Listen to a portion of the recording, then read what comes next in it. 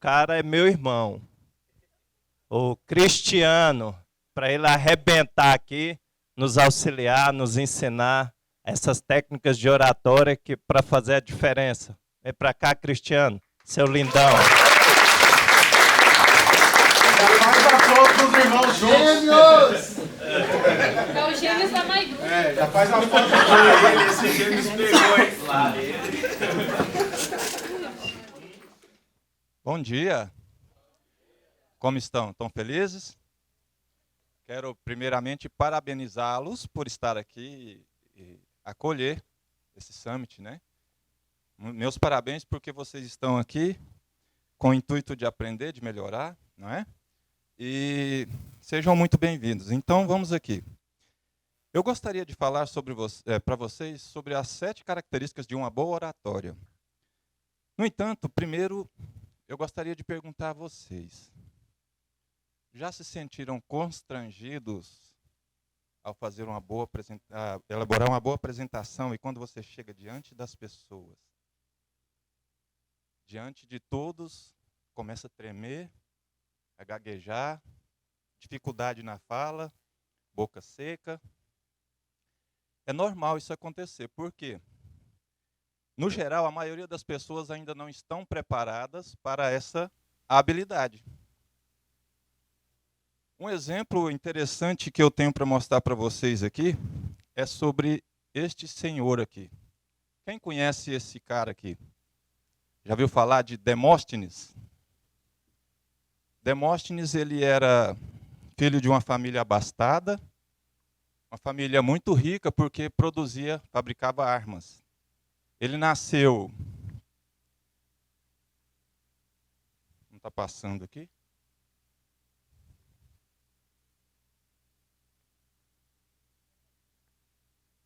Não está passando.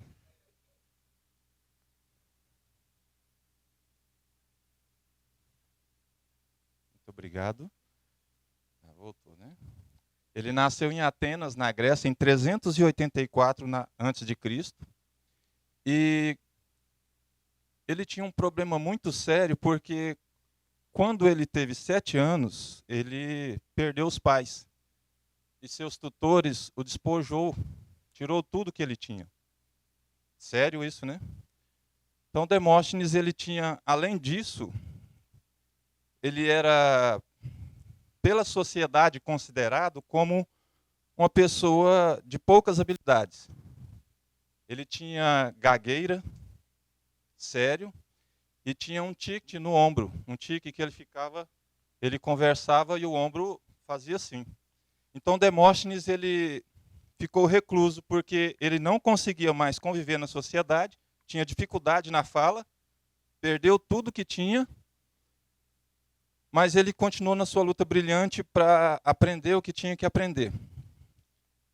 Ele, então, resolveu fazer uma reclusão.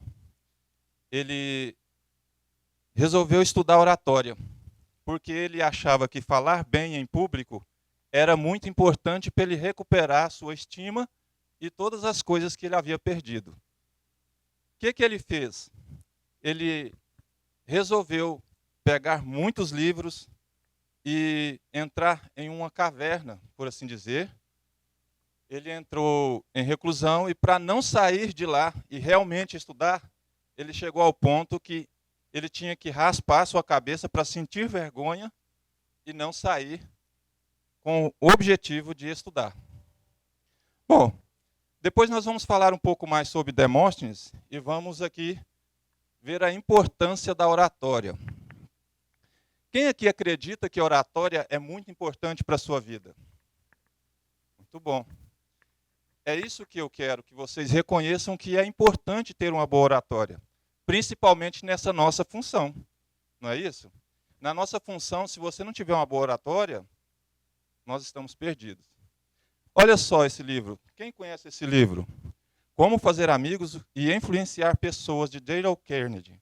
Ele escreveu esse primeiro livro. Esse livro começou a ser escrito em 1938.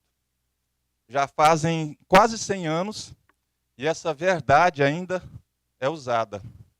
Nesse livro, ele foi sendo atualizado de tempos em tempos, e o último que foi atualizado ainda continua isso. Na página 16 desse livro, ele diz assim: mesmo em linhas técnicas como a engenharia, cerca de 15% do sucesso financeiro é devido ao conhecimento técnico e cerca de 85% é devido à habilidade em engenharia humana, personalidade e capacidade de liderar pessoas. Ou seja, se você tem conhecimento técnico, a fração, a porcentagem do dinheiro que roda no mundo, apenas 15% vai para você. Você precisa ter um algo a mais, que é a engenharia humana. A engenharia humana está ligada a network, falar bem, comunicar-se bem, falar com pessoas com habilidade. Então, se você tem esse percentual, você tem a capacidade de trazer para você uma melhor fatia financeira. Então, Demóstenes, ele foi um exemplo de pessoa que lutou para poder melhorar a sua dicção, a sua fala, e ele ficou em reclusão para que ele pudesse fazer isso. O primeiro tópico que eu considero aqui, eu elenquei para que nós pudéssemos fazer bom uso da oratória, é o uso de esboço. Quem sabe o que é um esboço? Muito bom. O esboço, ele é nada mais, nada menos que nós chamamos de esqueleto da nossa fala. É o roteiro. Se quiserem tomar nota, é muito importante, porque isso daí é eu chamo ele de mapa.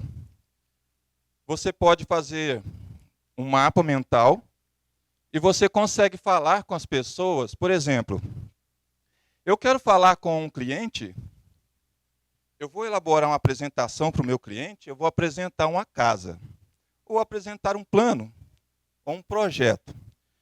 Eu preciso ter um esboço mental.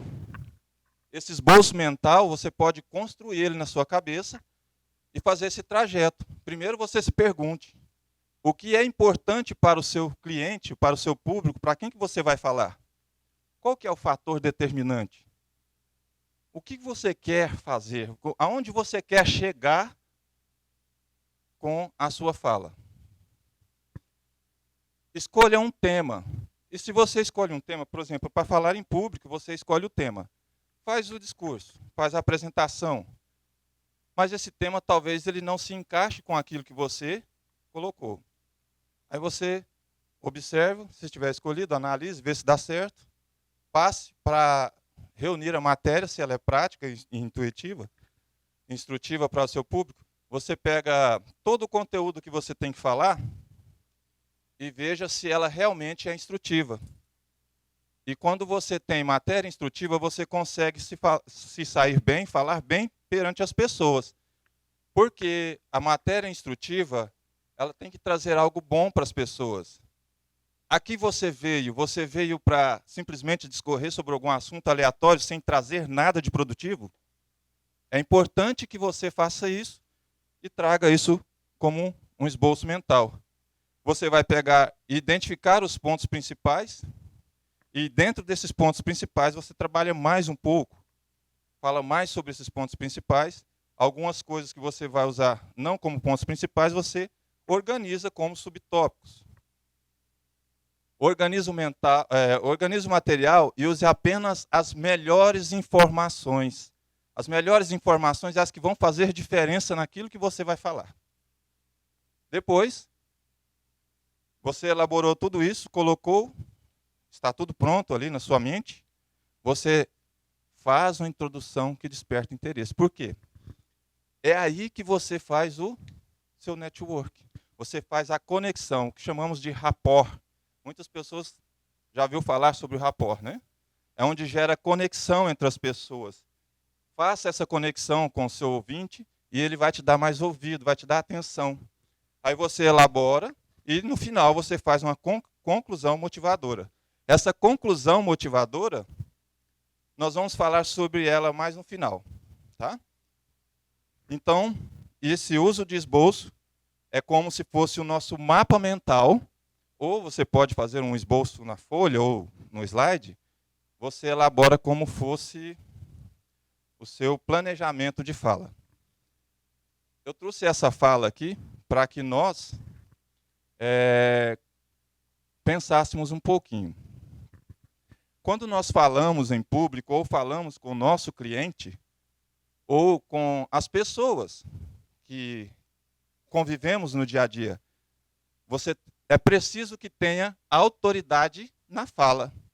O que é autoridade na fala?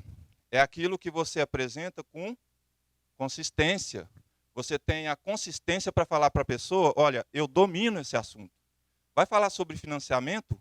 Domine o assunto de financiamento. Vai falar sobre a casa? Conheça a casa e fale para as pessoas de maneira convincente. Você tem que ter argumentos convincentes para que você seja uma autoridade na fala. E você tem que realmente estar no mercado como uma autoridade naquilo que você faz. Concordam? Então é muito importante essa autoridade na fala. Um aspecto que traz muita dificuldade na hora da fala, da oratória, é isso aí. A pessoa começa a falar, ela fica como se fosse esse bonequinho aí. Quem já se sentiu assim? É difícil, não é? Acontece que a nossa boca fica seca. Se você não controlar a ansiedade, os músculos enrijecem, a fala não sai espontânea. Não dá uma boa dicção. Isso é normal. Por quê? Porque nós somos seres humanos. É normal sentir isso. A ansiedade, ela pode ser controlada. Acontece que quando nós estamos ansiosos, o nosso corpo, o cérebro, ele emite um sinal, e o sinal do nosso cérebro libera adrenalina para o nosso corpo. A adrenalina, ela faz com que o nosso músculo recebe energia. Já viu quando um animal ele se sente acuado? Ele está acuado, ele está sentindo uma sensação de perigo. O que acontece? Ele tem que ou fugir ou ele tem que reagir. Não é assim?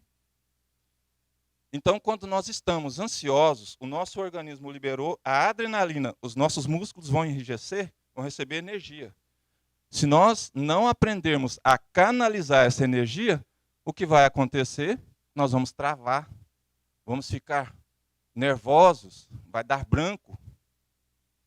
Existem alguns truques para isso, é canalizar, saber levar essa energia para energizar a sua fala. Você vai ter energia, você vai dar entusiasmo para o seu ouvinte, para o seu discurso. E é importante você usar alguns truques. Por exemplo, estou falando, perdi. Deu branco, né? Aí eu vou lá, pego uma água. Deu branco, tomo uma aguinha. A boca já não fica mais seca.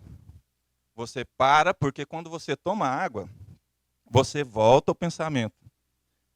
A sua mentalidade volta, você consegue raciocinar novamente e você volta naquele assunto que você teria perdido ou dado branco. Talvez tenha um truque também que você pode falar assim, olha, eu estava falando sobre isso, aí deu o branco. Você pega a garrafa e fala, ó, toma um gole. Na verdade, o que eu queria dizer, então essa frase é mágica. Na verdade, o que eu queria dizer é que aí você já memorizou. Já memorizou, volta lá atrás, retoma sua fala, retoma tudo aquilo que você queria falar, e aí volta novamente o seu raciocínio. Certo? Depois do controle da ansiedade, nós podemos falar sobre a nossa fala. A fala nós podemos elencar como uma articulação clara, a pronúncia correta, a fluência e a modulação. O que é uma articulação clara? Alguém conhece essa fala, articulação clara? A articulação clara é quando nós começamos a falar e tem palavras que nós não a conhecemos perfeitamente. É necessário que nós conheçamos a nossa gramática, a nossa pronúncia, e quando nós temos uma certa dificuldade na articulação, é porque falta a nós conhecimento da nossa gramática. Então, que pode ser feito? Leia mais, leia mais, leia mais, leia mais. Porque o uso constante da leitura melhora a nossa articulação. As palavras que outrora eram desconhecidas por nós, vai ficar muito mais fácil e vai sair com fluidez. Outro ponto é a pronúncia correta. A pronúncia correta, ela faz toda a diferença quando você está falando em público ou para outra pessoa, ou até mesmo para 2 pessoas, 3 pessoas, 4 pessoas. Essa semana eu recebi um amigo que veio de Uberlândia, e ele está aqui trazendo uma empresa, pediu um auxílio para a apresentação, e eu fui observá-lo, e ele pediu depois um feedback. E o que eu pude notar foi que, quando ele estava fazendo a oratória dele era muito boa. No entanto, houve uma falha na questão da pronúncia correta. Aí ele pediu feedback, eu falei, olha, chama muito a atenção, porque quando você está falando, a pronúncia correta tira o foco do que você queria falar. Chama mais atenção e a pessoa perde o foco da sua fala e presta atenção em você. Então, o que é importante? É importante uma boa pronúncia. O outro ponto é a fluência. A fluência ela é importante também porque, à medida que nós vamos lendo, estudando, falando com as pessoas, usando a nossa habilidade da fala, as palavras vão fluindo. E a fluência é aquele negócio que você vai falando, de repente faltou o raciocínio. E por que você tem aquele hábito de falar assim, né? É a falta de fluência. Quando você tem fluência, isso não acontece. O que acontece de tirar a fluência? A fluência é um hábito que nós temos de aumentar a fluência. Essa falta de fluência nós temos que melhorar no dia a dia se corrigindo. E não é da noite para o dia que a gente muda. Não é? Uma vez um aluno falou assim, professor, eu já parei com o né, o já parei com tudo, tá? Ou seja, o tá ainda estava ali. Mas é normal. Por quê? Não se consegue tirar um vício de fala da noite para o dia. E nós podemos fazer isso com a prática. Todos os dias, se você é casado, se você tem amigos, fala, me ajude a corrigir. A pessoa vai te ajudando e aos poucos vai mudando isso daí. Para finalizar essa parte, modulação. O que é modulação? Modulação ela pode ser usada tanto na fala, quanto no decorrer do seu discurso. A modulação ela serve para poder...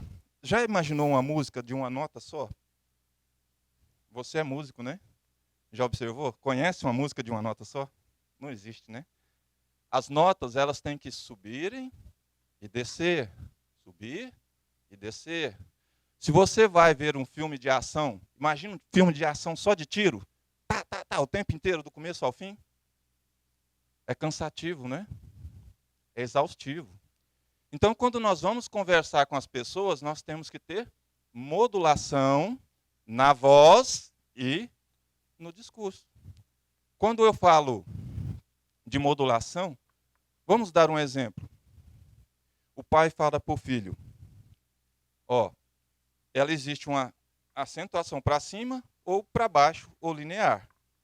A modulação, ela fala, quando você fala, filho, vai tomar banho, é para cima. Aí quando ele está mais sério, filho, vai tomar banho, é mais sério. Então quando você fala para cima, a sua modulação fica um pouco infantilizada ou mais calma. Ou para baixo, mais severa e mais grave. E quando, por exemplo, um noticiário vai dar notícia do dólar, ele não precisa pôr entusiasmo. Já viu? Hoje o dólar está a 5,29. Linear. A modulação ela faz toda a diferença na nossa fala e também para entusiasmar as pessoas. A modulação ela funciona, então, na fala e no decorrer de todo o nosso discurso ou da nossa oratória. Passando para o próximo ponto, é o que é importante, é o controle da respiração, que é uma técnica muito difícil de ser utilizada. O controle da respiração ele é tão importante porque se você não consegue respirar bem, a sua fala fica entrecortada, você não consegue respirar e manter a sua calma. Por exemplo, no controle da ansiedade, eu não entrei nesse aspecto, mas é importante a respiração. A respiração ela controla a ansiedade, sabiam disso? Faz a técnica depois, vocês quando estiverem muito ansiosos, você enche os pulmões e respira por aqui, pelo abdômen, porque é onde os nossos pulmões são maiores. Os nossos pulmões são maiores ali.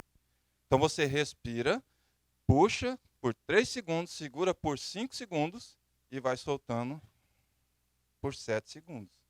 Façam o teste e vocês vão ver a diferença.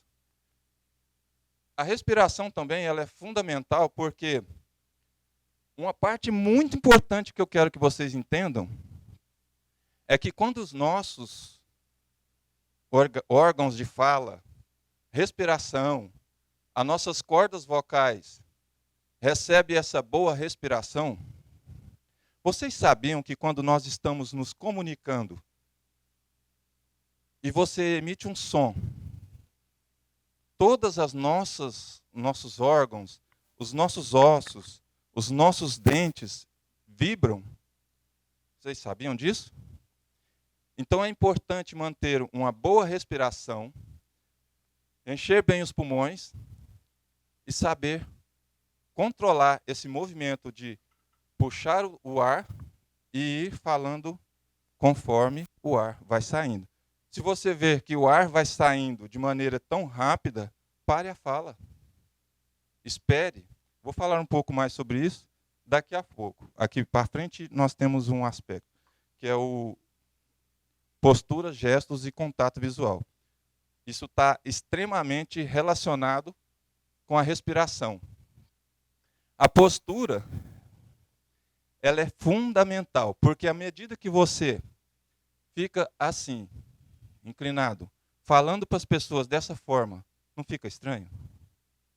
Se você fica ereto, os ombros voltados para trás, os pulmões cheios, você consegue ter uma boa vibração, a voz melhora e você consegue uma melhor postura.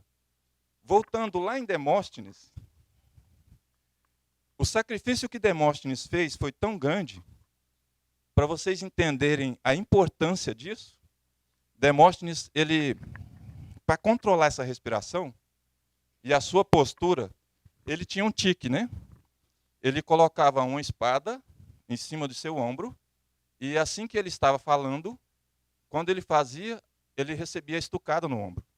Então ele foi corrigindo sua postura. E na fala, ele tinha o problema da gagueira. A história conta que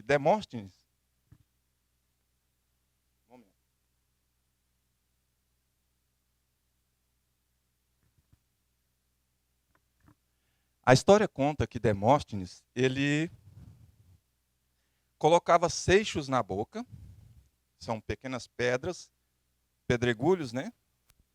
E ia para frente do mar e começava a recitar poesias, coisas que ele aprendia lendo e estudando. Ele corria ladeira acima, controlando sua respiração e recitando versos. Olha a diferença do esforço que esse homem fez. E Demóstenes depois foi considerado, então, na sua época, o melhor orador da Grécia.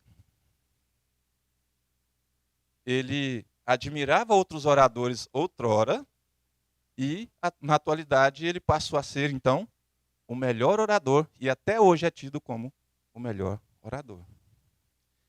A importância que eu quero que vocês mentalizem, o esforço que é necessário para, às vezes, nós adquirirmos uma habilidade. E é necessário que se faça esse esforço. Outro aspecto que eu quero que vocês compreendam é a ênfase e pausas. ênfase. Para que serve a ênfase na nossa fala? Exatamente. Nós podemos fazer ênfase na nossa fala de uma fala e podemos também fazer ênfase durante toda a nosso discurso. Imagine uma mulher que pegou um relatório e chegou para outra pessoa e disse assim: são estes os seus relatórios? São estes os seus relatórios? São estes os seus relatórios. São estes os seus relatórios? A ênfase, ela muda. Ela muda a mesma fala várias vezes. Um outro exemplo, olha ali. Minha mulher fez um jantar hoje. A minha mulher fez um jantar hoje. Ou seja, você pode enfatizar o momento em que ela fez o jantar, ou que ela fez um jantar, ou a mulher. Então a ênfase, ela pode ter uma frase igual, porém a ênfase, ela altera conforme o que você quer que o seu ouvinte escute. A ênfase serve para isso. E as pausas, elas servem também para aquele aspecto da ansiedade. O controle da respiração. Quando você está falando, e parece o Chaves, quando ele fica... Já viu isso? Então aquilo lá dá agonia, dá uma ansiedade na gente, quando a gente vê a pessoa falando constante, não tem aquelas pausas. E a pausa, ela serve para você tanto parar para raciocinar, e também dar tempo para o seu ouvinte raciocinar. A pausa, ela serve para deixar a pessoa te esperando para o próximo raciocínio e para você respirar, parar, raciocinar naquilo que você vai falar e controlar a sua respiração. Certo? Sim ou não? Um bônus. Quando você se encanta, você consegue encantar. Eu tive uma lembrança do exemplo que o Anderson estava conversando conosco no Popular, e ele foi falar mais do campus do Parque Vivar. A falta de informação foi passando, ele mudou a informação, as pessoas, eu digo que até eu dei uma resmungada, né? Mas aí eu consegui enxergar o lado bom. Por quê? Você se encantar pelo produto, você consegue encantar seu cliente. Encante as pessoas, encante na fala, encante no seu cliente aquilo que você se encantou. Sem o encantamento, é difícil persuadir, é difícil ajudar as pessoas também a se encantar. Então se encante por você, se encante pela sua fala, se encante pelo seu cliente, se encante pelo seu produto, encante as pessoas. Isso é um bônus que eu trouxe porque eu achei importante nós falarmos sobre isso. Conclusão. Não é a conclusão agora, viu, gente? A conclusão, ela tem um fator fundamental, porque imagine você elaborar toda uma fala, toda uma oratória bem elaborada. E aí você não conclui direito. É chato, fica faltando alguma coisa. E as pessoas, às vezes, pensam assim: ah, mas eu vou concluir, e de repente vê que a plateia está gostando da sua fala. E ele fala que vai concluir. Ele percebeu que as pessoas estão gostando, mas ele continua. É chato? A pessoa vai continuando, ultrapassando o limite do tempo. Algo que seria tão bom, que as pessoas falam assim: nossa, o discurso dele estava tão bom, só que aí ele começa, falando, e não termina. Então, quando você falar que vai concluir, conclua. Faça chuva ou faça sol. Conclua. A conclusão é tão importante quanto a introdução, o meio do discurso. a conclusão, ela não pode passar de 3 frases, porque provavelmente você vai errar. Porque a conclusão, ela é para concluir. E outro aspecto, quando concluir, falar que vai concluir, não traga algo novo, porque você já discorreu sobre o discurso, já discorreu sobre ele. Você vai trazer algo novo, é desnecessário. Então, quando for concluir, conclua. E sempre que você for concluir, traga algo, uma frase, que vá reverberar para as pessoas. Por exemplo, teve um candidato à presidência que ele falava assim: Deus acima de tudo, Brasil acima de todos e Deus acima de tudo, não é isso? E as pessoas levavam. Brasil acima de todos e Deus acima de tudo. Então ela reverberou. Essa frase ela ficou famosa, né? Então o que eu tenho para dizer é que toda vez que você for concluir, fale 1 ou 2 ou 3 frases e conclua. Use uma frase que vá reverberar, que vá as pessoas chegarem em casa e falar assim: poxa, o que eu lembro foi que o fulano falou sobre isso, falou sobre aquilo, e uma frase que me chamou a atenção foi a do final, a de impacto. É muito importante porque ela vai causar impacto na hora que as pessoas forem para casa. Não é isso? Agora, de fato, para concluir, eu espero ter contribuído para vocês. Agradeço muito. Espero que vocês absorvam esse conhecimento para a vida de vocês. E o que eu tenho para dizer para vocês é que investir em comunicação não é luxo, nem capricho, e sim uma necessidade. Muito obrigado.